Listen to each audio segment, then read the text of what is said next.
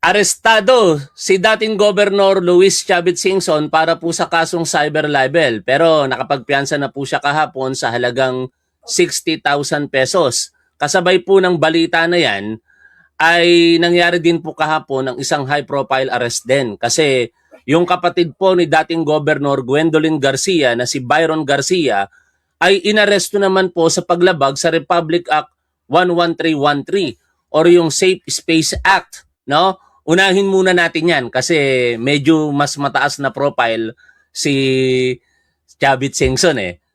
Ito po, binalita po ng Sunstar Cebu kagabi, no? Authorities arrested Byron Garcia, brother of former Cebu Governor Gwendolyn Garcia in Talisay City on June 11, 2026, following the issuance of warrant of arrest for an alleged violation of the Safe Space Act o yung Republic Act 11313, also known as the Gender-Based Sexual Harassment Act. Dito mga tol, nakikita natin talaga sa kasalukuyang gobyerno na kahit sabihin natin kakampi ng administrasyon at kahit kalaban ka ng administrasyon, ang pamantayan, hindi politika, kung hindi kung ano ang ginawa mo di umano na paglabag sa batas. Ito pong si Byron Garcia, basically, siyempre yung kanyang kapatid na si dating Governor Gwendolyn Garcia, kakampi ng administrasyon. Oh, hindi umubra, no? Kaya arestado din siya. Kaya sa parte na yan, wag nilang gamitin ngayon ito namang sinasabi nilang hindi. Kaya nilabasan ng warrant of arrest itong si Luis Chavit Singson kasi kritiko ng kasalukuyang gobyerno.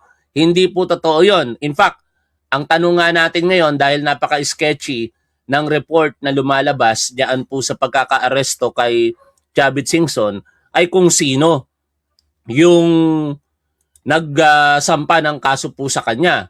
Meron pong mga unverified reports, although ito naman ay publicly posted na rin, particular sa channel or page nitong si Attorney Jesus Palsi, sinasabi po doon na ang di umano'y nagsampa ng kaso dito kay Chavit Singson ay ang kanyang mismong kapatid. No? Kaya kung yan ang pagbabasihan natin ngayon, definitely, walang halo pong politika dito. Same with Byron Garcia dahil meron pong akusasyon sa kanya na siya po ay di umano'y ng bastos. No? Ngayon, puntahan po natin ang balita kaugnay po ng pagkakaaresto dito kay Chavit Singson. Pakinggan po natin ito mga tol. Inaresto ngayong hapon sa Quezon City si dating Ilocos Sur Governor Chavit Singson kaugnay sa kasong cyber libel. May warrant of arrest si Singson mula sa Branch 21 ng Regional Trial Court sa Vigan City dahil sa paglabag umano sa Cybercrime Prevention Act of 2012. Dahil sa kanyang edad na 84 years old, hindi siya pinusasan at hindi rin idinitain. Nakapagpiyansa na rin siya ng 60,000 piso. Yun ha, maliwanag po yung privilege o special treatment. Hindi, normal naman yun mga tol, no? Na nasa discretion kasi yan ng ating otoridad kung sa tingin nila hindi naman kinakailangan na pusasan pa dahil nga sa edad na. Pero maraming mga pagkakataon nakita natin before, kahit ang edad ay nasa 70 plus na, di ba? Pinupusasan pa ng otoridad eh. Anyway, wag na natin palakihin yung issue na yon. Ang mahalaga, ito yung katotohanan na sa panahon ngayon, walang untouchable, no? Yan ang 95% na maniniwala ko. May 5% pa rin kasi talaga para sa akin. At ito nga po yung mga pertinent documents kaugnay po ng naging pag-aresto kay Chavit Singson. Ito po yung nilabas ng QCPD at in-screenshot ko mula po sa balitang ating napanood 24 oras. Nakalagay po dito ang korte na nag-issue po ng warrant of arrest, Branch 21 sa Vigan City, Ilocos Sur. No? Kaya una ko naisip, kababayan, no, kapwa Ilocano. Pero hindi ko alam na kapatid niya, di umano. In fact, mali pa nga yung palagay ko kahapon kasi ang pinapalagay ko kahapon yung naging interview niya sa Billionaire News Channel kung saan siniraan niya doon si First Lady Lisa Marcos, si dating Speaker Martin Romualdez. Kaya yun yung naging kutob ko na baka nagsampa ng reklamo alin sa dalawa. 'Di ba? Di ko sinabi sa inyo kahapon kung sino yung tinutukoy kong tao. Pero napakinggan ko kasi yon sa interview po sa kanya ni Karen Jimeno sa Billionaire News Channel. Ang tindi po ng mga akusasyon doon nitong si Chavit Singson. Pero wag na natin balikan yon sapagkat wala namang kaugnayan dito. Ito pa po ang nakalagay. Siya po ay humaharap sa kasong cyber libel, Section 4C in relation to Section 6 ng Republic Act 10175. At nakalagay nga po dito yung kautusan ng korte na siya'y arestuhin, Luis Chavit Singson, who is said to be found at doon sa lugar na yon sa Quezon City, ano? At sa madaling salita mga tol, nakulong pansamantala o rather na i-take into custody pansamantala ng ating kapulisan si Chavit Singson. At doon natulad na siya sa kanyang kumpare na nakuhanan po ng mugshot. Kasi si dating Pangulong Joseph Ejercito Estrada may mugshot, di ba? Tapos may mga pagkakataon na yung mga tagahanga nitong si Chavit Singson kapag ang pinag-uusapan ng dating Pangulo parang inaalas ka nila na ganito, ganyan dahil nga may mugshot. Ngayon, nangyari tuloy kay Chavit Singson. No? Kailangan ko pa bang ipakita sa inyo yung mugshot? Hindi na. No? Na total, kalat naman yan sa internet ngayon. Pero dahil nga po sa barya lamang kay Chavit Singson ang ganitong halaga, mali pa nga ako sa una kong palagay na 30,000 or baka 10,000 lamang. Medyo tumaas naman. Naging 60,000. Pero antimano nakapagpiyansa po si Chavit Singson.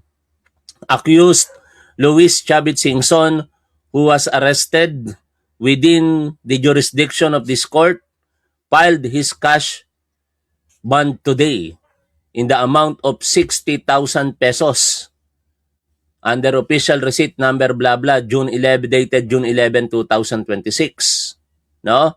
At yung kanyang provisional liberty ay inaprubahan ng korte. Maliban na lamang kung meron pong ibang dahilan para siya ay makulong pa. Pero maliwanag na wala. Kaya sa ngayon mga tol, si Chavit Singson ay pansamantalang malaya habang humaharap po sa kaso na ito. Ang executive judge na may hawak ay si Judge Rosana Maglaya. Kaya ang malaking katanungan ngayon ng mga kritiko at mga constructive criticism ba, paanong nangyari daw na nakalusot sa level ng prosecution ito? Kasi ang paniniwala ng iba, napaka-untouchable talaga nitong si Chavit Singson, siguro ito ang sagot. Kasi ayon sa post nitong si Atty. Jesus Palsis, hindi naman po bibiro din yung nagsampa ng reklamo kay Chavit Singson. Dahil sabi nga po dito, OMG, totoo ba ang nagkaso daw ng cyber libel against Chavit Singson kaya siya nagka-warrant of arrest ay isang Singson din? No other than his brother, former Bigan City Mayor Jose Bonito Singson Jr. Grabe ang Game of Thrones.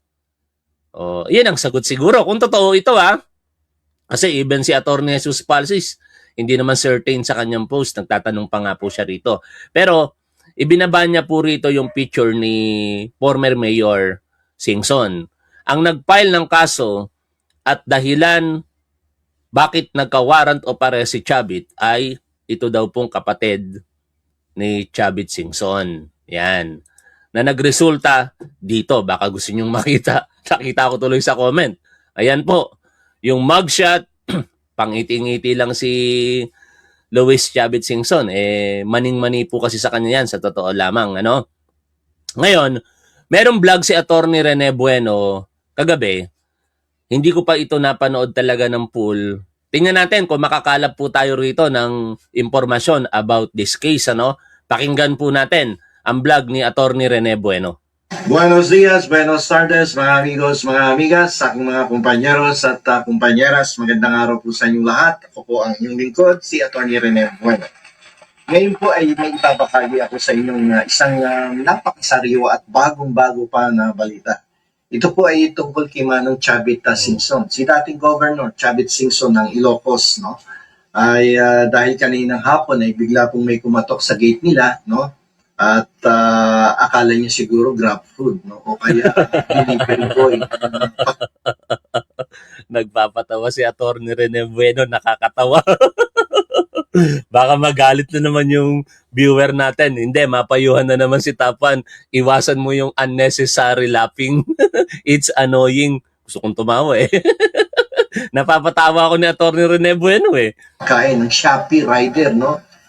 Pero laking gulat ni Manong Chavit na ito pala ay isang regalo. Hindi po galing sa isang kaibigan, kundi galing po sa Regional Trial Court warrant. May mga pulis na pumatok sa kanya mula sa Quezon City Police District Station, World. Tumapat sa bahay niya, no? At iniabot niya yung regalo. Isang warrant of arrest na bagong-bago, sariwan-sariwa, galing pa sa Bigan City Regional Trial Court. At ang kaso po, hindi tungkol sa mga leon niya sa Baluarte, kundi isang... Makasingit lang mga tol. Tingin ko naman ay coordinated na yan. No, unang-una, isang exclusive subdivision ang tinitirhan nitong si Chavit Singson. Hindi ka basta-basta makakapasok dyan kahit pulis ka. No? Kakailanganin mo talaga ng proper coordination. At yan kasi ay available lamang.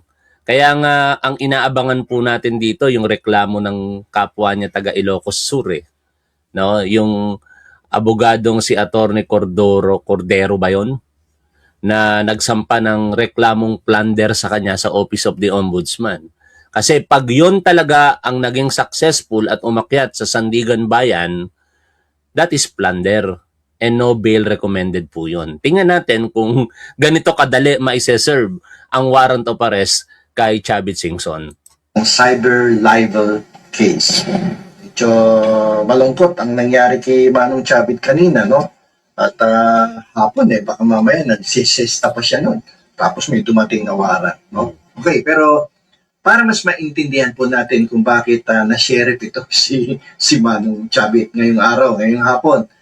Himayin po natin ang batas at jurisprudence, mga nakaraang desisyon ng Korte Suprema sa paraang mas madaling madigest kaysa sa mapait na mainit na kape. Yan. Okay, so ano ba yung batas tungkol dito sa cyber libel o libel? So ngayon, papasok na naman tayo dito sa Cybercrime Prevention Act of 2012 o yung tawagin natin ay Republic Act 10175. Okay? Panoorin nyo na po ng buo yung vlog ni Attorney Rene Bueno sa kanyang YouTube channel, ano? Kasi marami pa tayong mga pag-uusapang iba at inaantay ko lang sana yung pasabog kung kukumpirmahin sa vlog na yan yung kapatid nga nitong si Chavit Singson ang nagsampa ng reklamo sa kanya. Again, hindi ko napanood ng buo, pero tingnan natin, mamaya papanoorin ko yan offline, off streaming. Tingnan natin kung makukumpirma dyan sa vlog na yan. Pero in the meantime, tatalon po tayo ng balita mga tol. Kasi ngayong araw po na ito, kaya nga isa rin sa iniisip ko, may nakita kasi akong post na mapaglaro ang isipan. Sinasabi po dun sa post na coincidence lang ba na inaresto si Chavit Singson bisperas ng Independence Day? Tapos may mga rumors ng destabilization plot at ilan nga sa pinagbibintangan ay nasa likod niyan sa mga nakalipas ng pagkakataon ay di umano si Chavit Singson. Isa daw po, ano? Yun naman ay mga chismis lang lahat. Nililinaw ko po sa inyo at wala po yung beripikado talagang sitwasyon na indeed siya yung nasa likod. Kundi rumors lamang. Nagyari 'di ba yung rally noong September 21, tapos yung pagsugod sa Menjola, maraming mga lumalabas na palang pangalan pero lumulutang nga doon si Chavit Singson, ngunit wala naman talagang matibay na ebidensya para po siya ay maisama sa mga naging kaso sa mga individual na naaresto in particular ng mga panahong iyon. At dahil nga po bisperas ng Independence Day, nagkakaroon tuloy ng mga rumors na baka ito ay palabas lamang at kukuha ng awa sa publiko. At syempre yung public pagka nagbigay ng sentimiento, pabor para sa mga nananawagan ng pagbibitiw sa ating Pangulo, at alam naman natin na isa doon si Chavit Singson, ay makakuha ng mass support, no? Pero salamat at merong bubuwit si Attorney Jesus Palsi sapagkat kung totoo 'yon, mukhang wala namang kaugnayan sa celebration in particular ngayong araw na ito ng ika-128 Independence Day ng ating bansa. At kaugnay po ng mga paghahanda partikular sa Senado, kasi sa lahat ngayon ng mga institusyon ng ating gobyerno, ang mainit na talagang tinututukan ay ito pong Senado dahil sa napakahaba na pong Senateflix na nasusubaybayan po natin. Tinatawag na nga pong Senateflix kasi para na tayong nanonood ng Netflix na sa bawat araw merong panibagong yugto na kapanapanabik o nakakainis. 'Di ba? Ganoon pag nanonood tayo ng mga movie or short film, either kapanapanabik yan dahil nakakainis, nakakatakot, nakakatawa, nakakaiyak, mga drama, mga aksyon o kung ano-ano pa na ngayon nakikita na rin po natin diyan sa Senado simula nung maupo bilang Senate President itong si Alan Peter Cayetano hanggang sa maalis siya, no? Nagkaroon ng senador na parang marathoner, ang bilis tumakbo, paakit pa. Tapos nagkanda rapa-rapa pagdating sa loob ng sesyon, nagagalit pag tinatanong, no? Tapos nagmamakaawa sa Pangulo, nanawagan ng bigil sa labas ng Senado, o hanggang sa dumating yung putukan nung gabi, hanggang sa siya'y tumakas nung madaling araw, tapos umiyak yung senador, sinamahan ng pag-iyak ng ibang senador, nag-walk out, nag-boycott, anak ng teteng na Senado yan, ano? Ngayon, ano ang latest dyan ayon sa balita po kagabi? Pakinggan po natin ito. Tuloy ang paghigpit sa Senado dahil sa muling banta sa seguridad nito. Dumistansya sa issue ang 18 nagpakilalang dating bodyguard ni Zaldico at kanilang abogado. Nakatutok si Ian Cruz.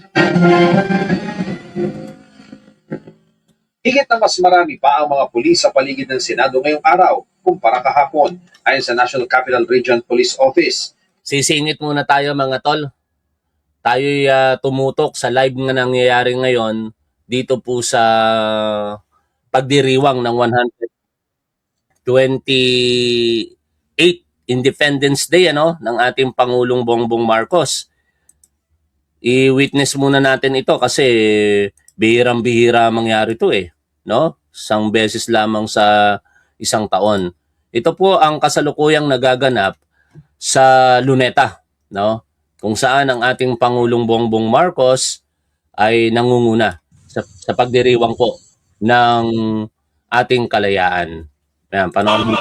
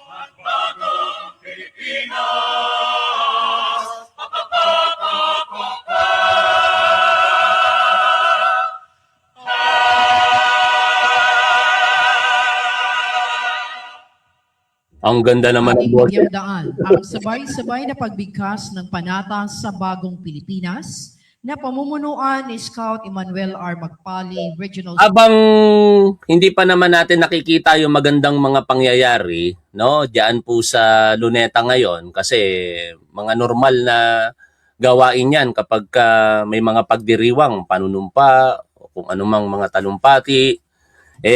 Magpatuloy muna tayo dito mga tol sa pinapakinggan po natin balita. Mag-multitasking tayo. Ituloy po natin. Ano ba ang latest sa Senado as of last night, yung preparasyon ng seguridad po dyan? Tuloy ang pag-iigpit sa Senado dahil sa muling banta sa seguridad nito. Dumistansya sa issue ang 18 nagpakilalang dating bodyguard ni Zaldico at kanilang abogado. Nakatutok si Ian Cruz. Higit na mas marami pa ang mga pulis sa paligid ng Senado ngayong araw. Ang daming mga pulis, ano? Saka yung mga pinaglalagay na mga trapal, tent nitong mga Duterte supporters dyan, pinagtatanggal na din po ng ating kapulisan. Kumpara kahapon, ayon sa National Capital Region Police Office, patuloy ang threat assessment matapos sabihin ni NBI Director Melvin Matibag na may seryosong banta sa institusyon. May threat o hindi, palagi pong handa yung NCRPO. So, sa anumang pwedeng mangyari. So, anong alert status ngayon? Alert status po ng NCRPO is we are on heightened alert. And comes 5 p.m., kahapon po, 5 p.m. pala is we are already on full alert status. Nagsagawa rin kanina ang mga tauhan ng Pasay LGU ng clearing operation sa Jokno Boulevard. Kasama sa mga inalis Yan, no? ang mga ginawang tambayan ng mga Duterte. Grabe tong mga Duterte supporters na ito, no? Nasa isang buwan na nandyan. Wala naman silang, di nga abot ng 50 yata bilang nila. Nagtataka lang talaga ako mga tol. Anong pinapakain ng mga ito sa pamilya nila? Imbis na magtrabaho nandyan, except yung mga vlogger Kasi yung mga vlogger, kikita talaga yon. Ako, kahit saan ako pumunta mga tol, salamat sa inyong mga manonood. Kikita ako Humarap lang ako sa camera, mag-vlog ako, mag-livestream ako, kikita ako. Pero hindi naman lahat ng nandyan mga vlogger. Karamihan nga sa kanila, walang hawak na cellphone o camera at nandoon lamang yung presensya para daw po suportahan ng mga Duterte. Pero ang tanong, paano nila nabubuhay ang kanilang sarili? Paano nila nabubuhay ang kanilang pamilya? Instead na nagtatrabaho sila, nandyan nila inilalagak ang buong araw, gabi nila. 24/7 nandyan sila mga tol. O, mga bayad ba sila? O, hindi ko alam no? Pero definitely, may nagpopondo dyan. Sigurado tayo dyan may nagpopondo, hindi lang natin alam kung sino. Supporters sa Center Island. Ang iba raw kasi sa kanila, isang buwan na raw sa lugar. Pero tuloy pa rin naman ang laban po. Tuloy pa rin naman. May mga tao pa rin pupunta diretso pa rin. Rally nila, okay lang naman yan Basta wala lang silang ganyan sa naka-obstruct. Kasi pwede naman sila mag-vigil. Dati 8 a.m. to 8 p.m. sinasabi nila. Kaya kaso, pagtapos ng ano nila, dito na sila tumitira. Ang official website ng Senado na-hack. Sa isang statement, kinumpirma ng Senado ang pag-deface sa kanilang website. Pero wala naman daw na kompromiso na sensitibo o confidential information. Inako ito ng grupong nagpakilala NALSEC PH.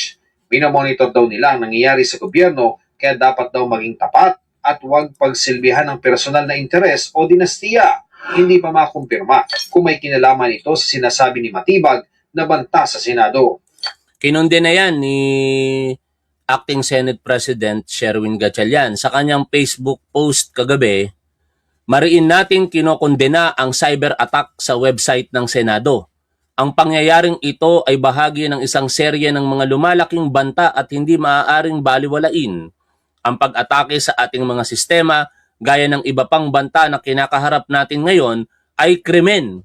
At lahat ng kriminal ay dapat managot sa batas. Nananawagan kami sa NBI, sa DICT at sa CICC na agad nang magsagawa ng masusing investigasyon sa insidenteng ito. Kahit walang mga legislative file, database o sensitibong record ang nakompromiso, ang panghihimasok pa lang ay isang napakabigat na paglabag sa integridad ng ating institusyon.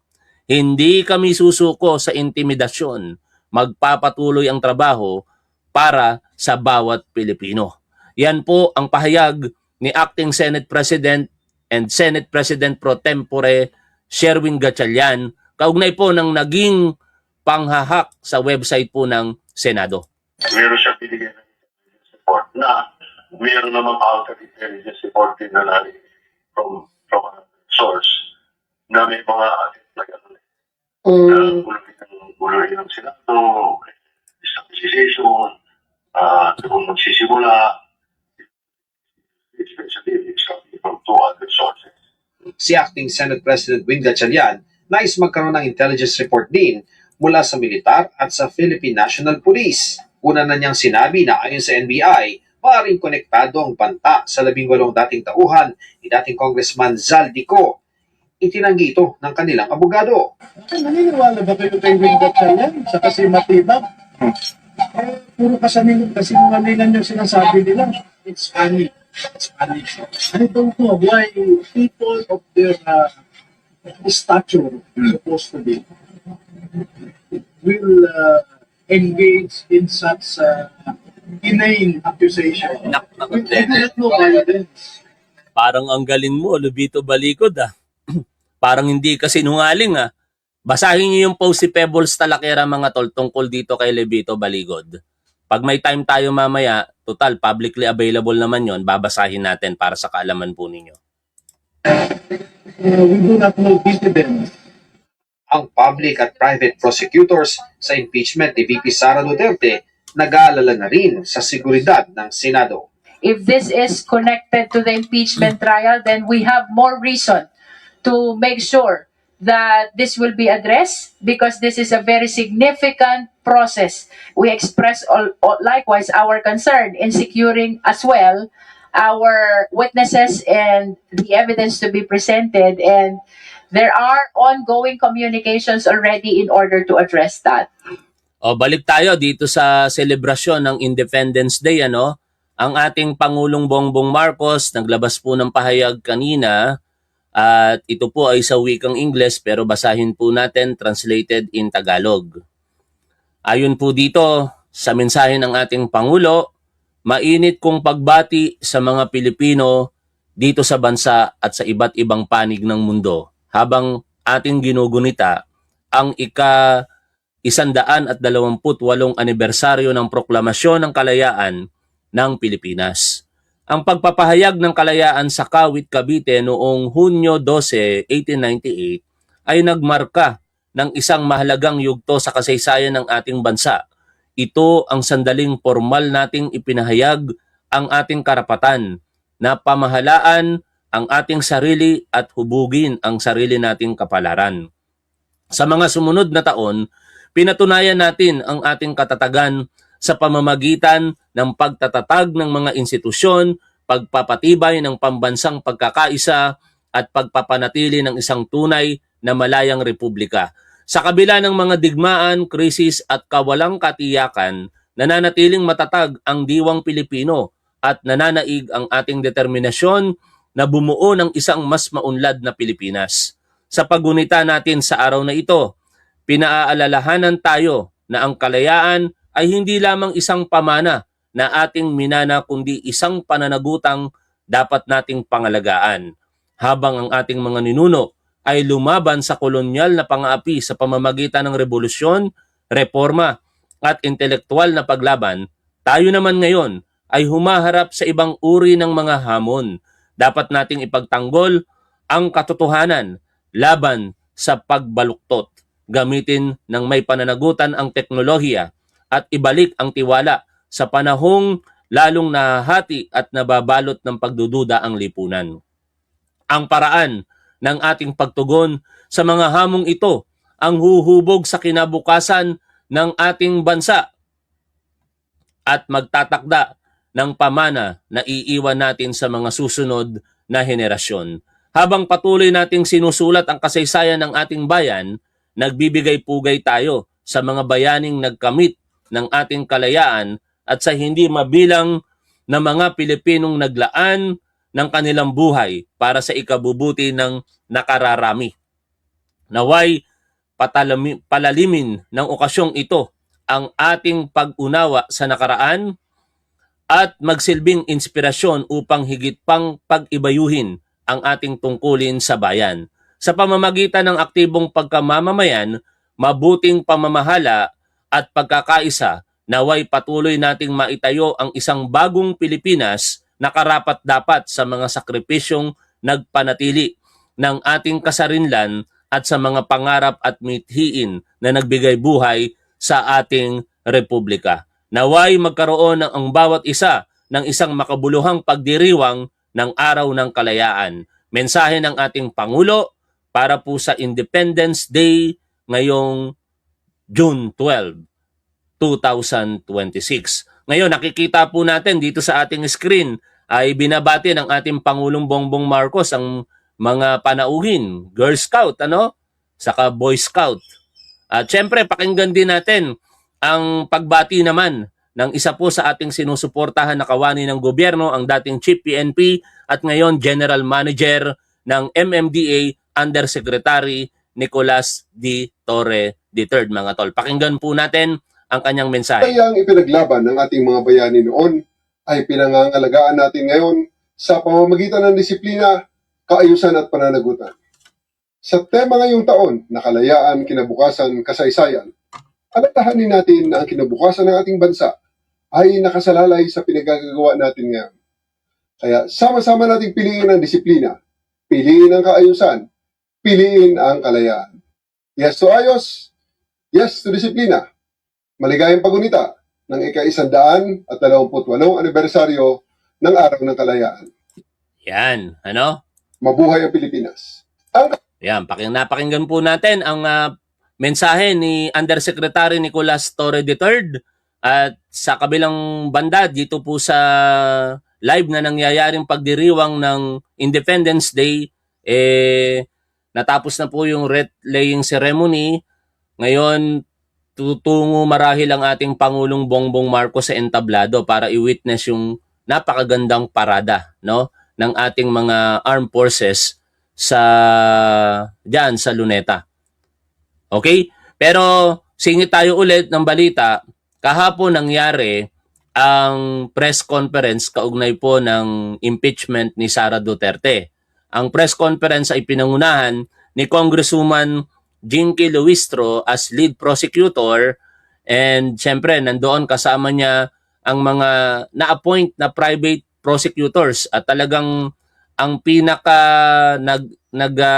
stand out doon sa mga private prosecutor ay si Attorney Lorna Capunan. Matindi yung mga banat niya at makatotohanan naman kasi. Pero bago natin puntahan ang mga pahayag ni Attorney Lorna Capunan, basahin muna natin itong balita ng TV Patrol kaugnay nga po ng napipintong paglilitis laban kay Sara Duterte. Nagsalita ang ilang miyembro ng House Prosecution kaugnay ng pahayag ni Acting Senate President Sherwin Gatchalian na kailangan pa rin ng 16 na boto ng Senator Judges para makonvict si Vice President Sara Duterte sa alinman sa Articles of Impeachment. Pero parang mamomodify ito mga tol, Depende na lang sa appreciation ng impeachment court. Kasi sa paniniwala ng prosecution ngayon ay ito.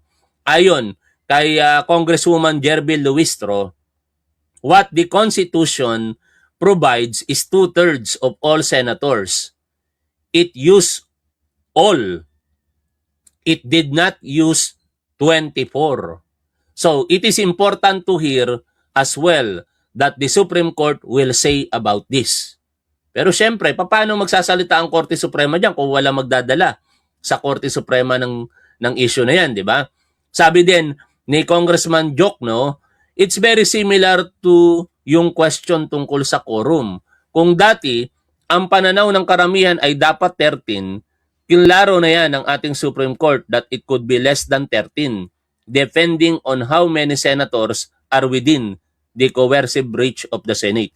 Kasi ang ina-argue ngayon, particular, ni dating Justice Antonio Carpio, ay 23 na lamang ang magiging bilang ng mga senador sapagkat yung isang nakakulong na senador na si Senator Jinggoy Estrada ay beyond na po sa coercive reach ng Senado at he cannot perform his function as senator kasi yung kinakaharap po niyang kaso ay plunder at graft and corrupt practices.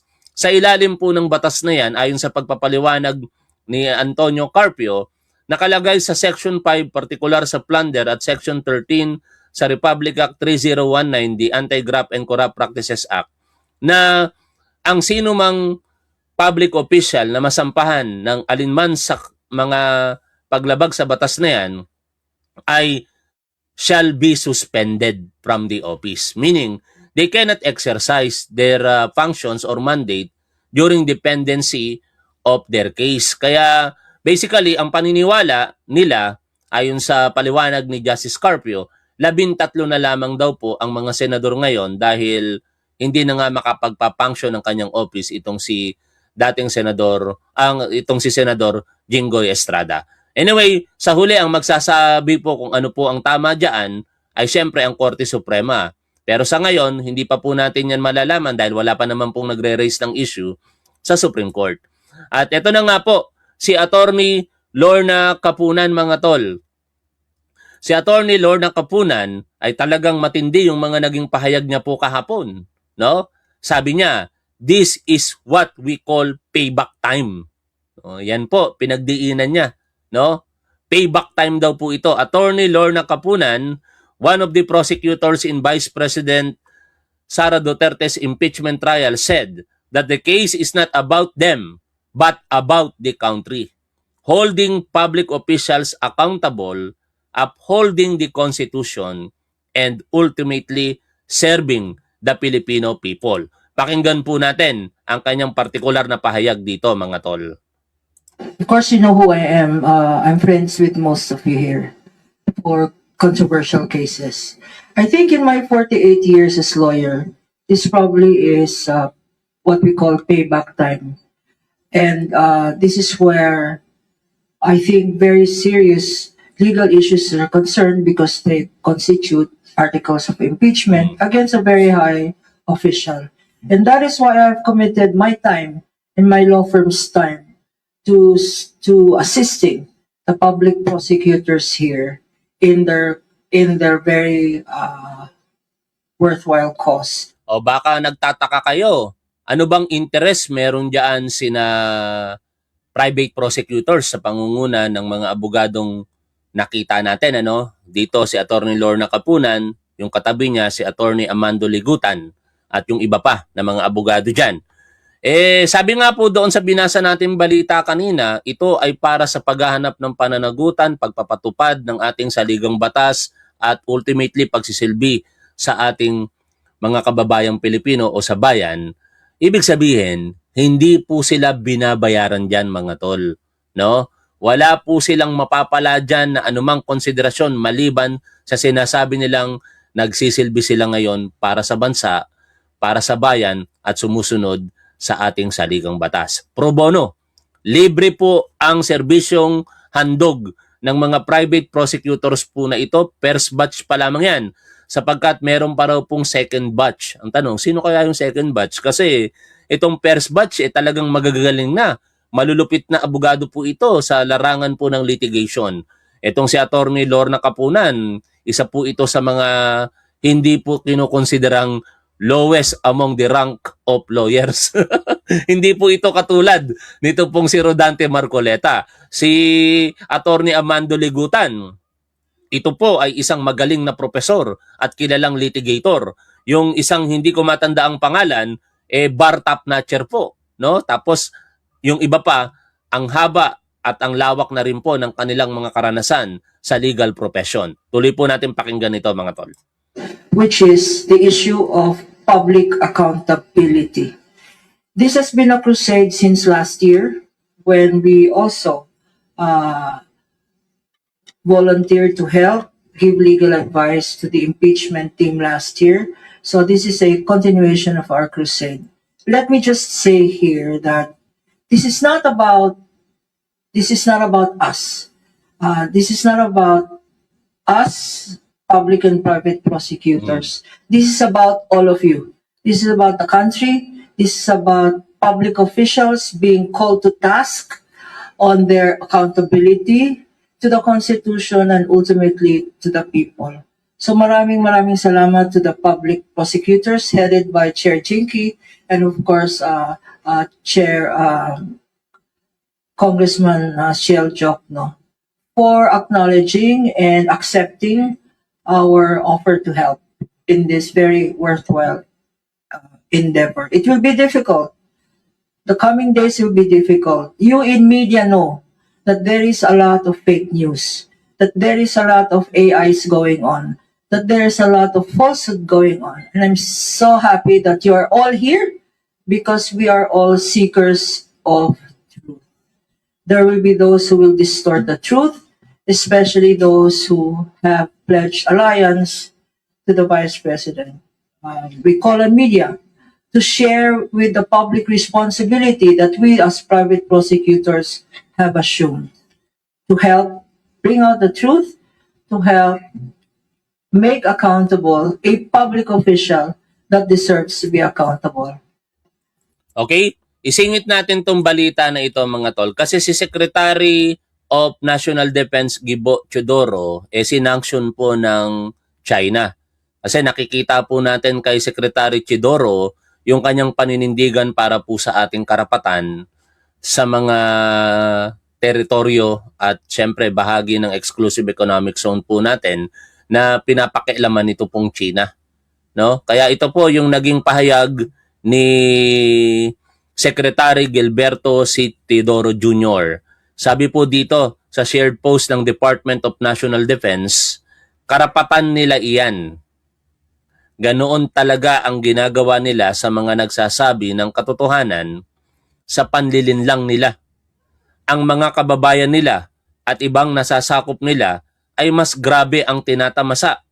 Itutuloy-tuloy ko lang na gagawin ang aking tungkulin at itataguyod ang ating bansa sa harap ng mga kasamaan na ginagawa ng mga ito dito at maging sa karagatan natin. Yan po nakakapanghinayang lang talaga mga tol na itong si Secretary Gibo Teodoro hindi manalo-nalo sa national election. Hindi siya nanalo sa pagka-presidente, hindi siya nanalo sa pagka-senador, pero sana, bata pa naman siya, wag siyang sumuko. Baka sakaling makalusot ngayong 2028 at maihalal natin bilang senador. Pero hanggang doon na lang muna kasi alam niyo mga tol, kung leadership ang pag-uusapan, talino, malasakit, tapang, at paglilingkod sa bayan, na kay Secretary Gibo Teodoro lahat Siya ay isang kalibre ng Pangulo. But unfortunately, hindi po siya popular. Kaya kahit gaano man nating gustuhin na maging Pangulo siya ng Pilipinas, hindi na po yun magiging makatotohanan dahil hindi po siya kilala ng nakakaraming mga Pilipino. Nagtataka ako, bakit ganun ang mga kababayan nating Pilipino? Meron tayong isang Gibo Teodoro na ang lahat ng dapat na maging katangian ng isang presidente na sa kanya, pero ayaw po nating ipanalo sa halalan. Ngayon, balik po tayo dito sa usaping impeachment pa rin ni Sara Duterte. Ilan nga po sa mga naging pahayag nitong si Attorney Lorna Capunan ay ang pagtatanong niya. Sabi niya, nasaan ang bloodbath? Yan po ang question nitong si Attorney Lorna Capunan kasi kung matatandaan po ninyo, may pasabi-sabi itong si Sara Duterte na gusto niya daw po ng bloodbath. Basahin ko po itong balita. Iyan ang sagot ni Attorney Lorna Capunan, isa sa mga private prosecutor na nagboluntaryong tumulong sa House Prosecution Panel sa nalalapit na Senate impeachment trial kaugnay ng pahayag ni Vice President Sara Duterte noong 2025 na gusto niya na raw ng bloodbath sa kanyang impeachment trial. Ani Capunan, kung mayroon daw ebidensya si Duterte na makakapag-absuelto sa kanya, ay dapat ihayag niya iyon sa kanyang tugon sa Senado. Wala raw kasing naitalang kahit anong ebidensya o witnesses ang Vice Presidente sa kanyang tugon sa Senate Impeachment Court kaugnay ng ipinasang articles of impeachment laban sa kanya. Pakinggan po natin ito pong pahayag ni Attorney Lorna Capunan mga tol. Ni Congressman Zia Jong, yung spokesperson po ng prosecution team na mukhang wala pong ebidensya si VP Sara. Wala siyang depensang na ma-mount kasi yung strategy niya is towards dismissal. Siguro po sa private prosecutors po natin. I think yung tinong mo is evident sa sagot ng Vice President mismo. Kasi napakakapal ng sagot, pero ang nagpakapal nun ay annexes. Ano yung annexes? Annexes na hindi bago, annexes ng final niya sa Supreme Court, annex na final niya sa House Committee on Justice, puro annexes. Tinignan natin yung kanyang answer, wala namang allegation, wala namang statement kung ano yung ipipresenta nila. On all the articles, they did not state, they did not deny. General denials lang, pero hindi nila sinabi, deny namin to kasi ito ang ebidensya namin. Ganun dapat ang sagot sa answer. All 4 articles of impeachment, wala pong sinabi kung bakit dinideny niya ang culpable violation of the Constitution, ang grave threats, ang bribery, ang unexplained wealth, ang betrayal of public trust. Wala siyang sinagot doon. Walang sinabing we have witnesses to show or this is our evidence. Wala. Question na naman niya, inulit na naman niya. Jurisdiction, 1-year ban, due process. At saka partial daw ang House Committee on Justice, nag-mini trial, abusive daw ng coercive power sa subpoena, at gumawa pa ng sariling ebidensya ang House Committee on Justice beyond the impeachment complaints. Ngayon, sa tanong mo, tama ba ang sinabi ng spokesperson ng House? Ang sagot, oo. Kung meron kang ebidensya, ba't katakot na sagutin sa answer? I would have thought that the Vice President was more courageous and more transparent since sinabi ng kanyang mga spokesperson at defense team na ready na sila. At maalala natin ang sinabi niya noon, to quote a previous maybe long time statement, meron daw bloodbath na mangyayari. Saan ang bloodbath na yun? Nakikita ko, personally, bubble bath yan. Hindi bloodbath. Ano yung sinasabi ni dating Senador Trillanes, mga tol, na kasabihan? Kabig ng dibdib, ano yon? Sabi ng bibig, kabig ng dibdib. Hindi ko naalala bigla no? Ito na naman tayo, nagiging makakalimutin na talaga si Top 1. Pero yan yung mga brabado ni Sara Duterte. Gusto niya ng bloodbath, sasabihin niya ng ganito, pero sa totoo lang, yung dibdib niyang kumakabog na. Paalala nyo nga sa akin mga tol, yung kasabihan na yon, no? Kabig ng dibdib. Bigkas ng bibig ba yung kabig ng dibdib? Ewan ko, di ko maalala bigla, no? At napapatunayan natin ngayon yan. Biruin ninyo mga tol, sa totoo lang, kung talagang yung mga brabado ni, ayan, tulak ng bibig yan. Salamat, Mary Grace Jodilla, tulak ng bibig, kabig ng dibdib, ano? Ganon si Sara Duterte ayon kay dating Senador Antonio Trillanes. Kasi alam niyo mga tol, kung talagang siya'y walang kasalanan, sigurado bloodbath talaga hanapin yan Dahil unang-una, sigurado na siyang hindi makukonvict. Para sa kanya, hindi siya makukonvict sa Senado Ang daming mga senador na kakampi niya dyan. Pero ang paniniwala naman ni Atty. Lorna Capunan, makukonvict si Sara Duterte. Napapabago daw nila yung isipan ng ilang mga senador dyan. Ngunit ganun pa man, kung yun yung paniniwala ni Sara Duterte, di ba? Bakit parang pilit nilang iniiwasan pa rin? Kasi ang katotohanan, hindi naman sa conviction or sa acquittal na mga tol. Ang katotohanan na talaga dito ay ang kung paano ma-present at malalaman ng tao ang mga ebidensya laban sa kanya. Yun ang pilit na iniiwasan, I believe, ng kampo ni Sara Duterte at nitong si Sara Duterte. Lalong-lalo na yung bank records nila. Kasi ang bank records na yan, kapag ka nagpatuloy na ang paglilitis laban sa kanya, hindi na nila ito maikukubli sa bank secrecy law. Makikita na po ng taong bayan yan. And what if kung totoo talaga, which is sa tingin natin totoo talaga, na meron siyang bilyones sa bangko. At ang mga bilyones na yan, naglabas-pasok. Meron pa nga daw pong naiwan na mahigit sa 2 bilyong piso sa mga bangko nilang mag-asawa. Kung ang pagbabasihan po natin ay ang transaction records ng AMLC pertaining to the so-called covered at saka suspicious transactions. Pag sinabing covered transactions, ito po yung mga transaction sa financial institution including banks and among other financial institutions na ang halaga ay hindi po bababa sa 500,000 pesos, no? Samantalang yung suspicious transactions, hindi po ito kinakailangan na umabot ng 500,000 pesos. Series of transactions po ito na kahinahinala na maaaring masabi na kaya po nagsasagawa ng mga ganong transaksyon kasi ay para linisin ang pera.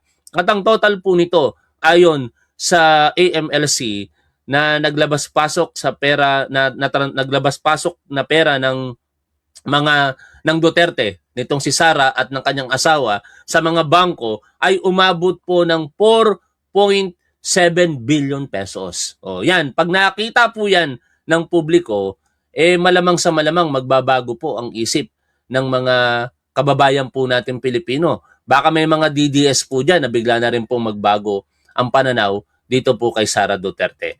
At patuloy natin ngayong pakinggan yung pinupunto na yan ni Attorney Lorna Capunan. Sabi niya, mananalo kami. Attorney Lorna Capunan, kumpiyansang magtatagumpay sa impeachment trial laban kay Sara Duterte. Will it be decided on the basis of evidence or on political affiliation? I would like to believe that when the senator judges took their oath of impartiality, and also when the Senate rule says that the Senate impeachment court judges must be politically neutral, I would like to rely on a presumption of good faith. Naniniwala po ako sa lahat ng senator judges that they will be true. Napaka-optimistic ni Attorney Lorna Capunan, kasi abogado At siyempre, nakabase sila sa ebidensya. Ito na pala, nagsasalita ng ating Pangulo. Pakinggan muna natin, mga tol. Sherwin Gatchalian, the Dean of the Diplomatic Corps. The Dean of the Diplomatic Corps and the Apostolic Nuncio to the Philippines, the Most Reverend Charles John Brown, and the Excellencies of the Diplomatic Corps, honorable members of I-rewind nga natin ng bahagya. Parang nagsigawan nung kinilala ni Pangulong Bongbong Marcos si Senator Sherwin Gatchalian. I-delay natin ng bahagya, mga tol. Yan. Senate President Pro Tem Sherwin Gatchalian, Yun, no? the Dean of the Diplomatic Corps. Tuwan-tuwa ang mga tao nung kinilala ni Pangulong Bongbong Marcos. Senate President Pro Tempore, Sherwin Gatchalian. Kaya Alan Peter Cayetano, kung nag-iisip-isip ka, alam mo na, nakakahiya naman. The Dean of the Diplomatic Corps and the Apostolic Nuncio to the Philippines, the Most Reverend Charles John Brown, and the Excellencies of the Diplomatic Corps, honorable members of the Cabinet, Manila City, Mayor Isko Domagoso, AFP Chief of Staff General Romeo Browner and the Major Service Commanders, PNP Chief General Jose Melencio Nartates Jr., Philippine Coast Guard Commandant Admiral Ronnie Hill Gavan, First Lady Luis Araneta Marcos, my fellow workers in government, other distinguished guests, ladies and gentlemen, isang magandang araw po sa inyong lahat.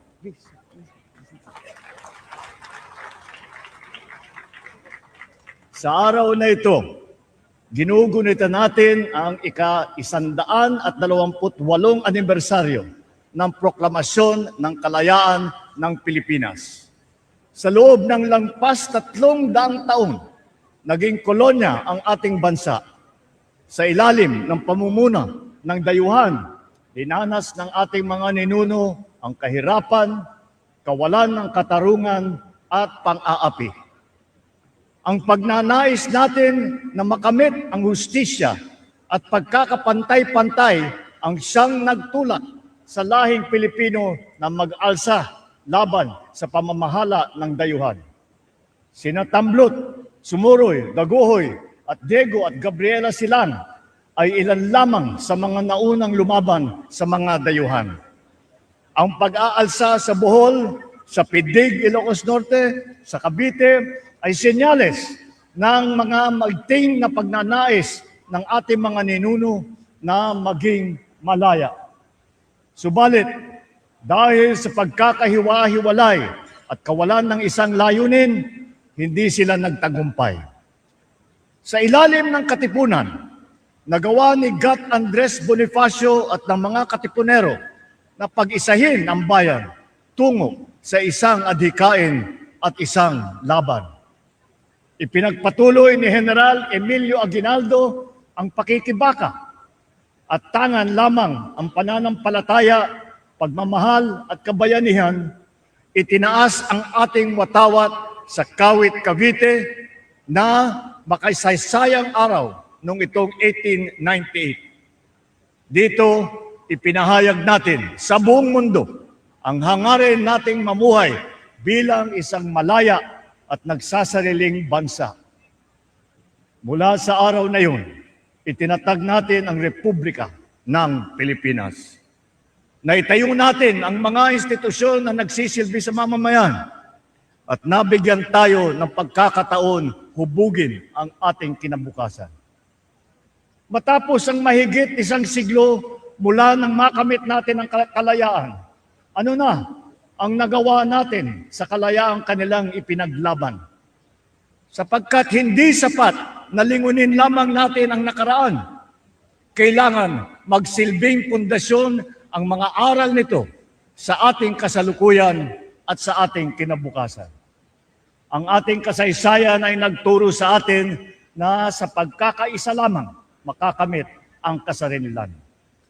Na ang tunay na mga pinuno ay yaong nagsasakripisyo ng sariling interes para sa ikabubuti ng bayan. Na ang kalayaan ay dapat na inaalagaan. Gamitin natin ang mga aral na ito upang mapaunlad ang ating bansa at mapalawig ang ating kasarinilan. Maraming hamon sa ating kalayaan at kaunlaran. Nandyan ang mga katiwalian, pagkakakanya-kanya at kahirapan. Nandyan din ang mga pandaigdig na kaganapan at banta ng tinatawag na climate change at kalikasan.